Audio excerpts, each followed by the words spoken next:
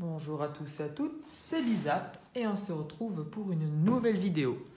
Alors, vous vous souvenez bien, j'avais perdu ma première colonie au cours de l'hiver, morte de froid, et j'ai racheté donc cette année, 2019, 2 colonies à un producteur local.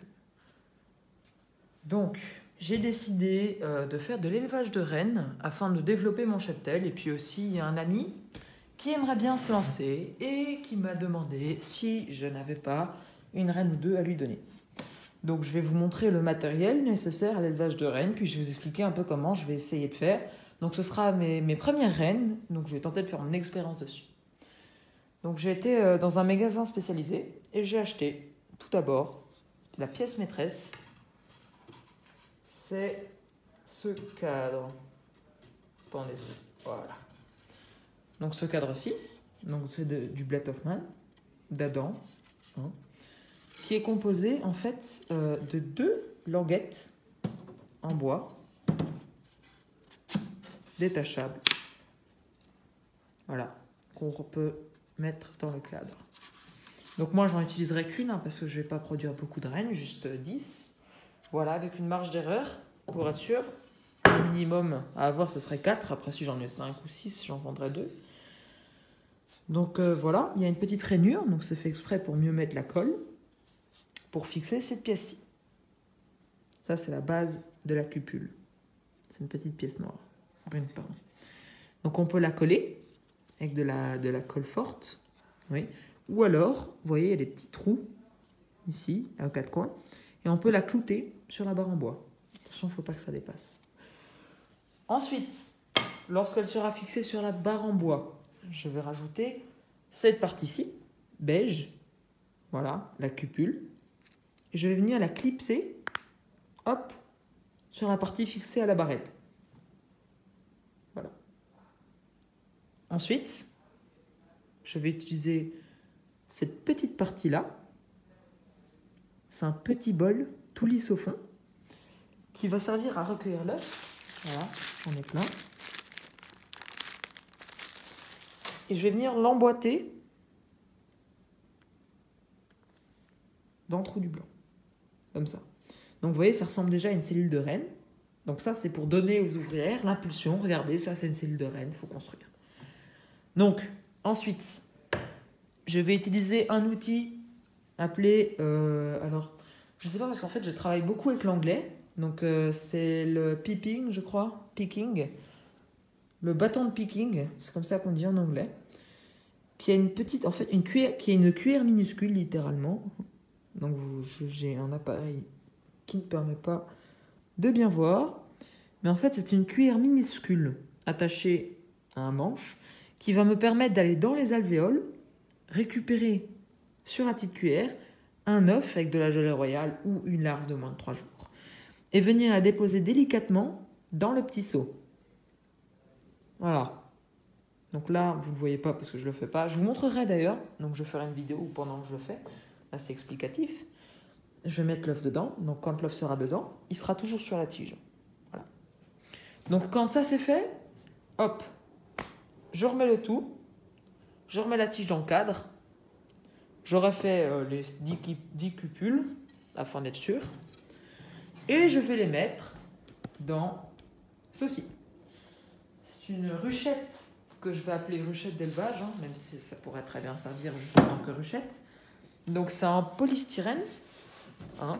Donc c'est pas comme vous l'imaginez où ça se déchire facilement et ça vole. Là c'est quand même compact. Hein, c'est beaucoup plus solide. Donc regardez là, en l'amenant, je vais taper dans un meuble. Ça va, il y a juste une éraflure.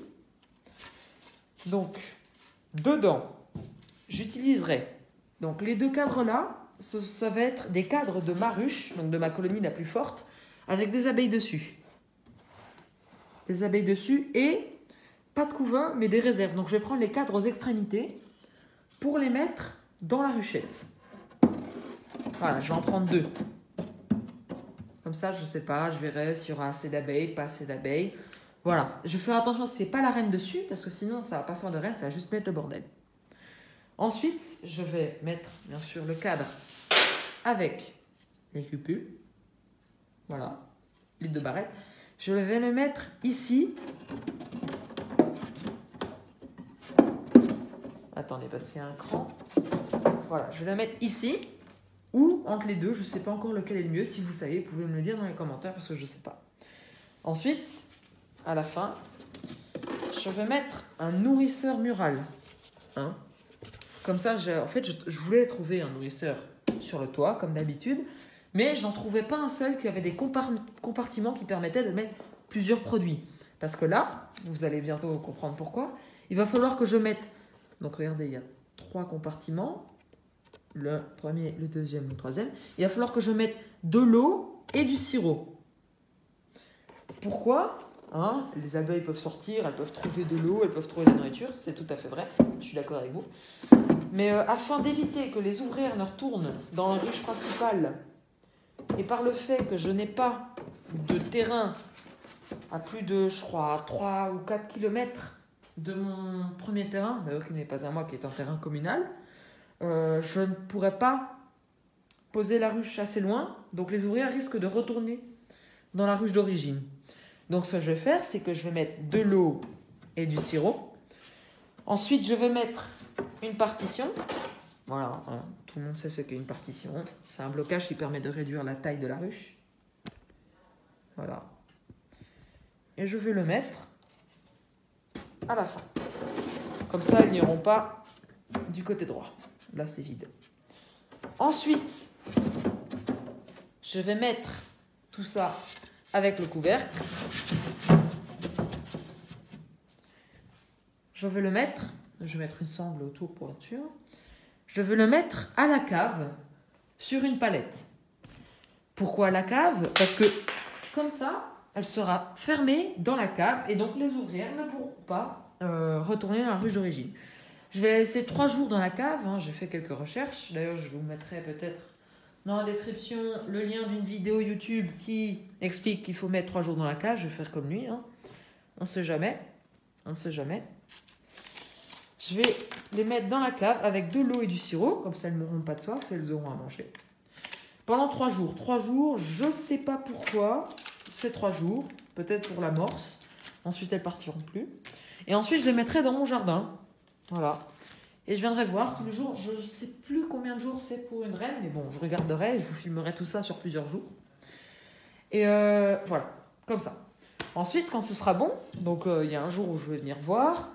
Et quand je vais soulever le cadre, hop, je vais voir mes cupules,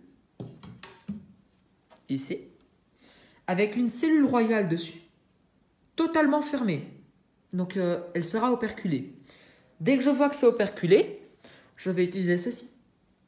Donc c'est une petite cage, voilà, avec un capuchon. Voilà. Et je vais placer cette cage sur l'alvéole. Comme ça. Avec le capuchon fermé. Comme ça, quand la reine va sortir, elle ne va pas aller tuer ses sœurs qui sont encore dans les alvéoles ou qui sont déjà sorties. Bref, elles ne vont pas se battre à mort. En plus, deuxièmement, elles ne vont pas aller dans la ruche et elles ne vont pas commencer à pondre. D'accord ? Les ouvrières pourront les nourrir par les petits trous. Donc quand je vais revenir, le lendemain, j'aurai mes reines dans les cagettes. Je vais retirer les cagettes. Je vais mettre mes reines dans les cages de transport. Voilà. Jaune. Je vais les mettre dedans. En faisant attention à ne pas les écraser. Ensuite, je vais remettre nos petites ouvrières qui seront encore en vie dans la ruche d'origine. Voilà. Je vais nettoyer, hein, je vais ranger la ruchette et tout. Je vais la préparer. Voilà. Et puis, alors j'aurais très bien pu utiliser ceci comme cage d'introduction. Mais bon, hein, je débute, j'aime bien faire professionnel. Donc je me suis dit, je vais pas utiliser ça. Donc vous voyez, ici, il y a une petite pièce qu'on peut retirer pour laisser un espace. Et en fait, on le bouche avec du cornis. Comme ça, les abeilles, on le met dans la ruche où on veut mettre une reine. Les abeilles vont avoir le temps de s'habituer tout en mangeant le candy. Une fois qu'elles auront mangé le candy, boum, elles auront libéré la reine. elles auront libéré la reine qui pourra passer, qui pourra sortir.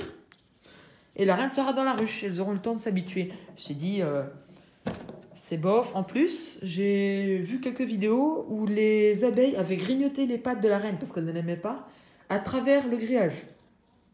Du coup, je me suis dit que ce n'était pas prudent. Et j'ai pris ceci. Donc ça, c'est des petites cagettes avec 4 pics. Il y a encore le prix dessus, je ne l'ai pas retiré. Que je vais venir planter dans les cadres. Voilà. Je vais choisir un cadre du milieu.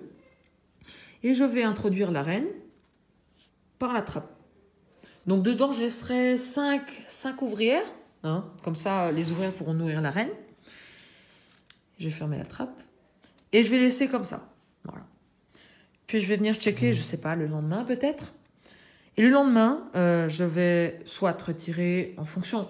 Je vais voir. Si c'est bof encore, les abeilles se montrent encore agressives envers la reine, je vais retirer la grillette et je vais mettre du candy, comme ça, de la pâte à candy. Et je vais laisser les abeilles le temps de grignoter pour donner encore un peu de temps à la reine. Et si je vois que ça va bien, elles ne sont pas agressives, elles la nourrissent bien, la reine n'a pas de pattes coupées, elle n'est pas morte, je vais tout simplement retirer la cage. Et je vais laisser la reine aller dans sa nouvelle ruche. Voilà. Donc, je vous filmerai toutes ces étapes. Et je vous ferai une deuxième vidéo quand tout ça se sera passé. Voilà. C'est tout, je crois. Oui. C'était bizarre.